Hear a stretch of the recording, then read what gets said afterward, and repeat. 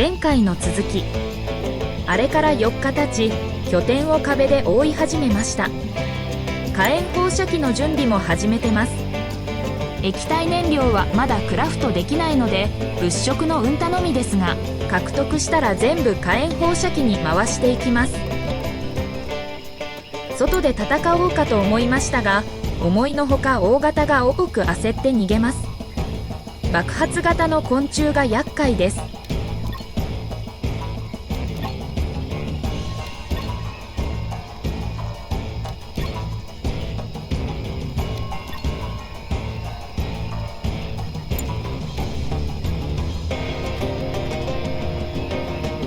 自動セーブは24時間と8時間と選べますが、私の PC 最近ゲームがよく落ちるので8時間にしています。ここから前回と似た地味な戦いなので早送りします。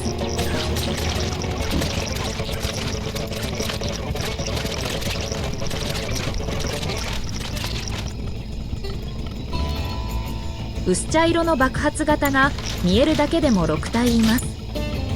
少し嫌な予感がしますが、出て戦うしかないので行きます。範囲攻撃なので集めて一体爆発させると周りの虫たちも一緒にご臨終です。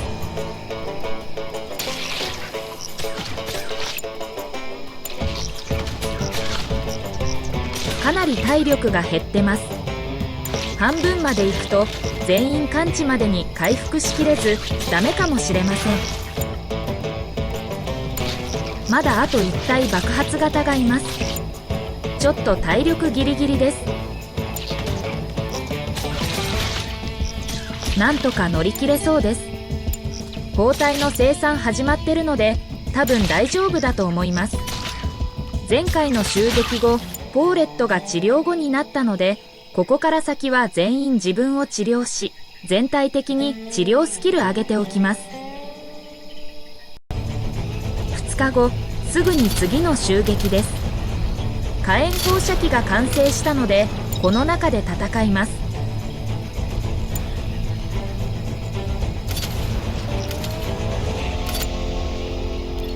生存者が火炎放射器の火に触ると、当然ですが、大やけどします。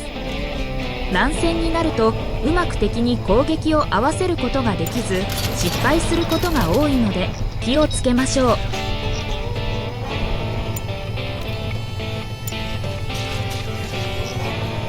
火炎放射器の火力は素晴らしく、このゲームのメインアイテムといっても過言ではありません。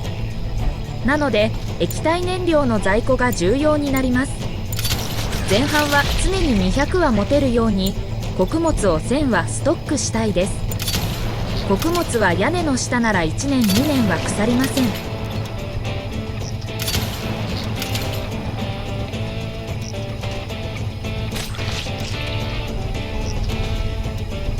火炎放射器をうまく使えば優位に戦うことができますし、戦いの安定感が増します。この囲いは失敗作で中盤大ピンチになります。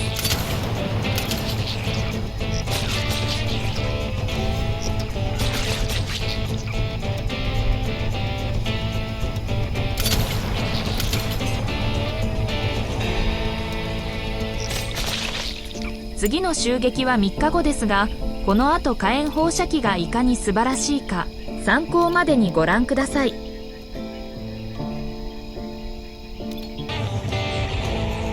見ての通り12台の火炎放射器が完成しています。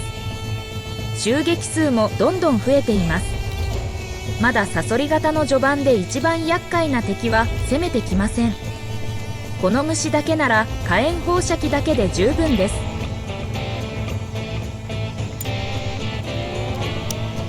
敵を火炎放射器に誘導するため生存者を中央に集めます。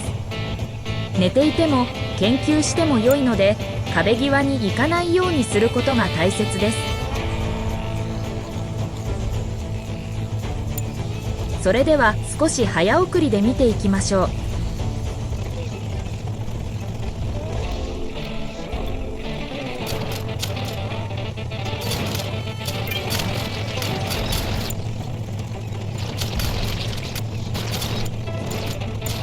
ちの目の前は当たり判定が微妙で生き延びたりします。最後は少しの掃除が必要です。いかがでしょうか。ほぼノーダメージで勝利することができますが、後ほどこの余裕のせいで痛い目を見ます。数が増えているだけで変わらないので、3回の襲撃早送りしながらアパート建設ご覧ください。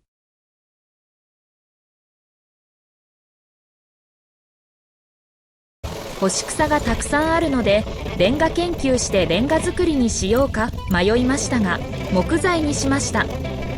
私は 4×5 の20マスのワンフロア4部屋のアパートを好みます。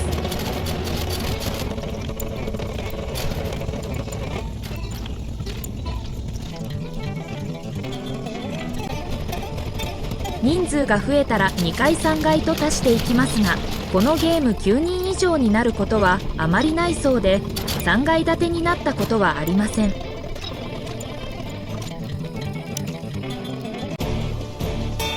33日目でついに来ました。シュリーカーです。サソリ型の遠隔攻撃も近接攻撃も強力な襲撃者です。アパートも完成し、穀物も十分になり、勢いようですが、最大のピンチを迎えます。この火炎放射器の失敗作という理由がわかることでしょう。戦闘に参加させない人員は気をつけてみておかないと、知らないうちに外に出て大怪我します。サソリが近づいてきましたが、私の余裕ぶりが見てわかるでしょう。誰も戦闘態勢に入らせていません。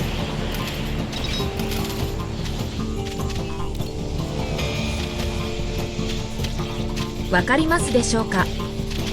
少し遠目で分かりづらいですが、彼らは入ってきません。囲いの外から火炎放射器を破壊しているんです。この時はまだ異変に気づいていなくて、ここからしばらく苦しい戦いが続くことになります。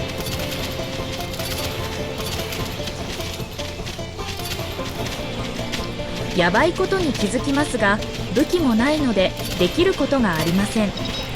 ただただ突破されないことを祈るのみです。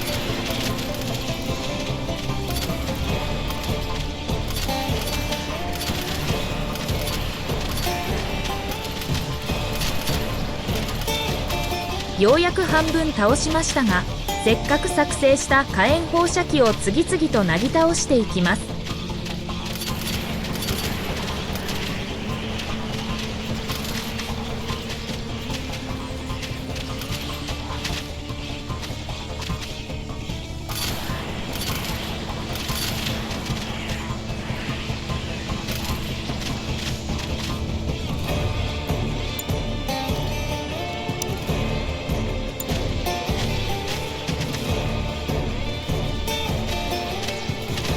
難易度がインセインだからなのか、サルトの地域の特性なのか、デバフの発生する頻度は多いです。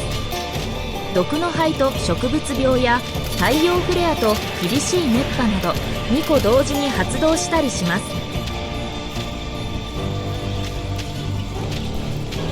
なんとか今回は乗り切れそうですが、今後非常に厳しい金属不足に追い込まれます。火炎放射器の修理には大量の金属が必要です。液体燃料は穀物で無限に生産できますが、スクラップメタルが圧倒的に足りません。この点、次回挑戦の時は剣を投入し、スクラップメタル以外のことは別の解決策を考えておきたいです。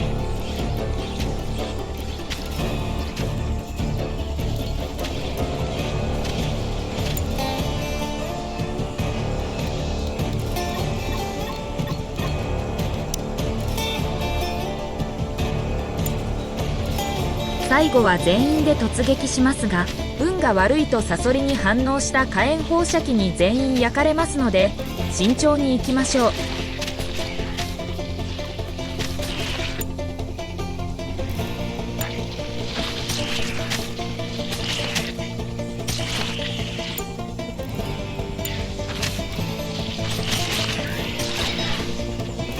長い時間ご視聴ありがとうございました。2003年生存のクリア率 1% 台ですが、少しでも参考になったという方はぜひチャンネル登録よろしくお願いいたします。次回もお楽しみに。